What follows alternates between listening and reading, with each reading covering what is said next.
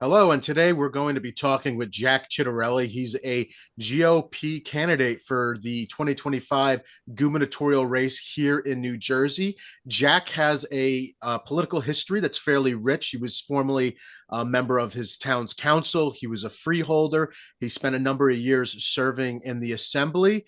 And this is, I believe, Jack's third run at the GOP nominee seat here. And you were selected as the nominee in the last gubernatorial election. Good morning, Jack. How are you? Yeah, real well, John. Thanks for having me on. So this is perfect. Why don't you give us like a little bit of your 30 seconds? I kind of gave a small overview. Who's Jack? What's Jack all about? And why are we doing what we're doing here? Ciattarelli's been in New Jersey for 100 years. It's been our one and only home here in America. My grandfather was a very successful independent contractor for the water company, working his way up out of the ditch. My parents owned a restaurant bar, provided an unbelievable middle-class life for my siblings and me. My sister's been in business for herself for 33 years, my brother 38 years, auto towing and recycling. I'm a two-time successful Main Street business owner. And so one of the primary reasons, John, I'm running for governor is I want others to feel confident, like the Ciattarellis, that they can achieve their American dream right here in New Jersey. Unfortunately, because of Phil Murphy's policies, not enough people feel that way today. But we can change that with the right kind of leadership. All right. Well, I like the way that sounds, Jack. So we're going to get started on talking about Second Amendment stuff. That's what we're here to talk about today. The first question, are you a gun guy? I am not, but family members are, and certainly support the Second Amendment. People have a right to bear arms. They have a right to defend themselves. And as I always don't like to say, if it was up to Phil Murphy, he would repeal the Second Amendment. But the Second Amendment is the Second Amendment. People have a right to bear arms. They have a right to defend themselves.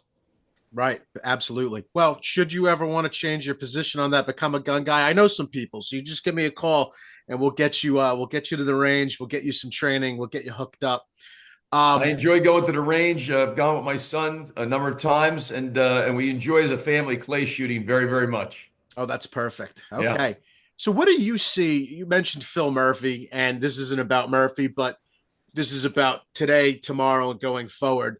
What do you see as the biggest challenges for gun owners in New Jersey right now, like from your perspective? The biggest threat is a continued Democratic majority in the state legislature, what we've seen for 30 years. And it's why the Second Amendment has been under attack here in New Jersey. And so I'm all about winning not just the governorship, John. My job is to produce coattails and produce Republican seats in the legislature. And I'm not ruling out a majority in the assembly this year after this year's election.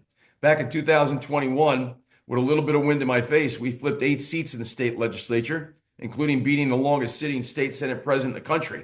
If we can flip 8 seats with the wind in our face, we can flip 13 seats with the wind out at our back, and I do believe it's at our back.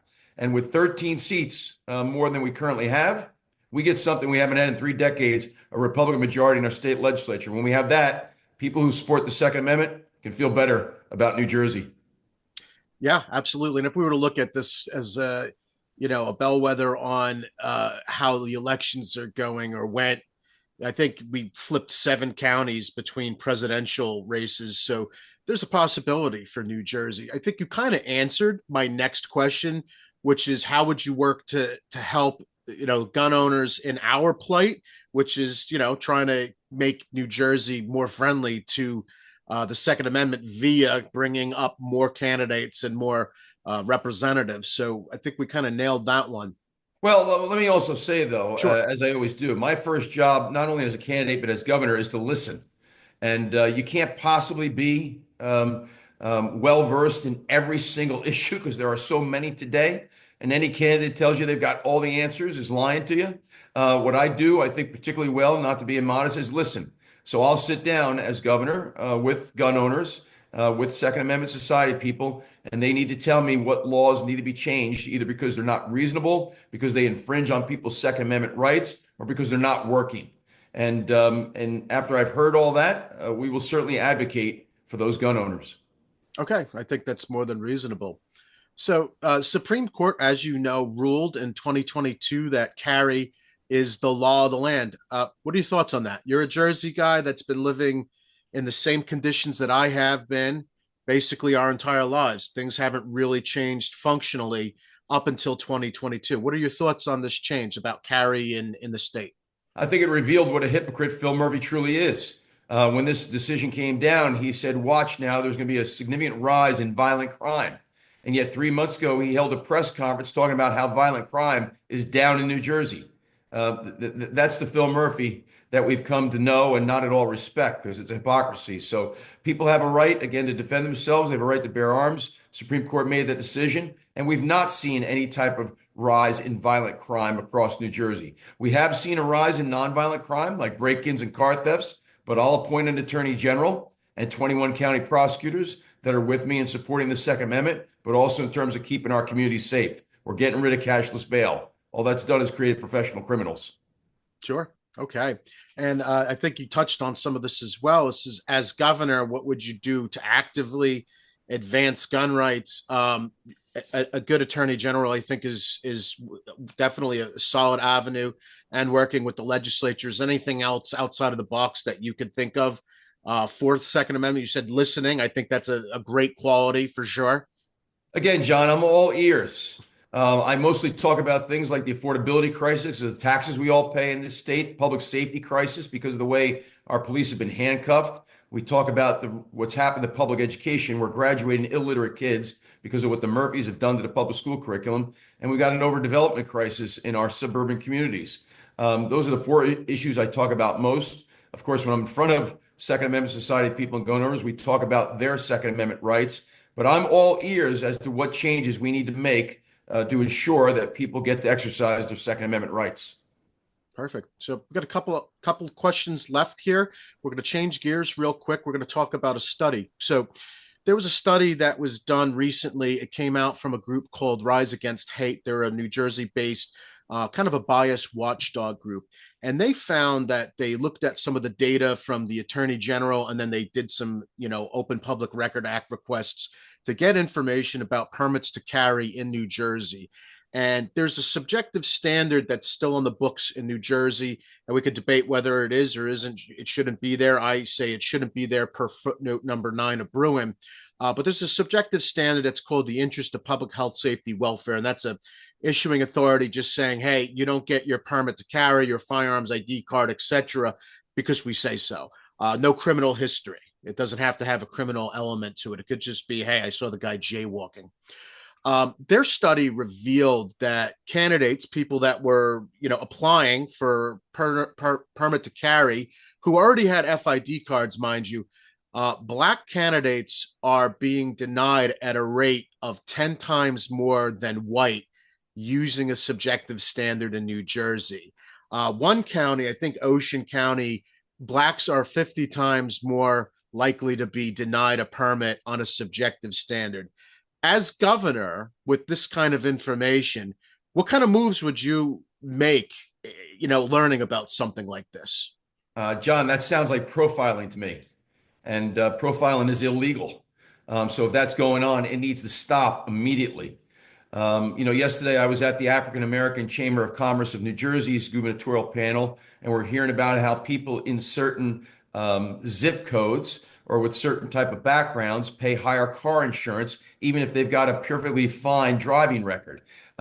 Any and all forms of profiling are wrong, and any law-abiding citizen who's applied for the gun permit should get their gun permit. One thing I will do is get the state police to work in closer partnership with our local PDs in accelerating the gun permit application process. In many cases, we know it's taking too long. That's not to say I don't believe in our background check system. I do, but that doesn't mean it should take too long, particularly for anyone who has an imminent threat to their well-being. Sure. Okay, so we have, as you said, a number of groups that you're willing to listen to. Let's say, I don't know, we have maybe 4 or 5 different advocacy groups in New Jersey. We have state level organizations, and a lot of these groups are often bringing litigation to New Jersey because New Jersey is ripe for that kind of challenge with our laws. Let's say we have an organization that's going to bring a challenge to the Hollow Point law that we have, or let's say the so-called assault weapons ban or magazine capacity. How would your administration handle that via the attorney general and dealing with those kinds of challenges? John, we know what this is all about. More times than not, this is the far left just trying to gin up support for something in order to win an election, not because it makes good public policy. So the great thing about having a Republican governor, if by chance we don't have a Republican legislature, is I can play goaltender, and none of that stuff's going to get into the net. That's what the veto pen is for. And let's not forget, the New Jersey governorship is the most powerful in the nation by state constitution. So I've got an awful lot of power to go up against the hostile Democratic majority if I don't produce a Republican majority. But we got 9 months to go here. And I got to tell you, I'm all in. I'll be campaigning in all 40 legislative districts on behalf of all 80 of our Republican Assembly candidates. My job is to produce coattails. And as I said, if I can flip 8 seats in 21, I can flip 13 seats this year. Okay, I've And got something one. like that happening should put a lot of Second Amendment people, they're going to get a better night's sleep. Let's put it that way. Well, considering what we've been dealing with even just this week alone. I got one last Second Amendment related question for you. So, as you know, there's a concept of reciprocity. Now, there's bills that have been floated for national reciprocity. If you have a valid permit to carry, or you come from a state where you have the right to carry, you're able to carry in other states. That's a whole nother ball of wax. But New Jersey, we have the power through the governor's office and through also, the attorney general to grant reciprocity or enter into reciprocity agreements. What would be your stance on reciprocity and dealing with creating relationships in addition to allowing others into the state that are armed? There's concern on my part in the sense, John, that other states don't have the background check system that we do. And we know that there's a mental health crisis all across the country. So if it's much easier to obtain legally a firearm in other states than it is here, the reciprocity does concern me. I think our background check system works. One of the last very unfortunate situations that happened across the country with mass killings, somebody was able to obtain the firearm they used that very morning. And yet when we looked at the background of that person, there were some mental health issues. So the reciprocity things concerns me. But again, it's my job to listen. If people allay my concerns because they tell me this or they tell me that based on the facts they present, I'm all ears. But based on what I know today, the reciprocity does concern me because other states do not have the background check system we do. And my experience has been with Second Amendment folks, they don't necessarily have a problem with the background check system. The vast majority agree with it as long as it doesn't take too long. Okay, perfect. Well, Jack, we're out of Second Amendment related questions. I want to, ask you if I've left anything on the table. Is there a message that you want to get out? Take your time. Well, again, my job is to create an environment here in New Jersey where people feel confident they can achieve their American dream, whether it's the education they seek, living here, raising a family here, starting a business here, exercising their Second Amendment rights here. So I want people feeling confident that this is a state in which they can do all those things. And the Ciattarelli has been very fortunate. But the other thing I always like to say, John, is that the governorship of New Jersey is not a stepping stone for me. Governors on both sides of the aisle over the last 40 years have used our governorship to try to get somewhere else, whether it's U.S. Senate or presidency. This is my last stop. New Jersey's home. Always has been, always will be. I didn't even leave to go to college. I went to Seton Hall. So when this is all over, I'm going to the beach in Surf City. You don't need to worry about me getting distracted because I want to run for Congress, Senate, president, or write a book. I don't want any of those things. I just want to fix the state we all love. Well, Jack, I really appreciate that. Where could people find you? Where could people support you? Give me your socials. Give me your URL. Let's get that all out there. Yeah, appreciate that very much, John. People can find me at www.jack4nj.com, and that's the number 4, jack4nj.com. Perfect, Jack. Well, I really appreciate your time, and we'll stay in touch, sir. Okay, thank you.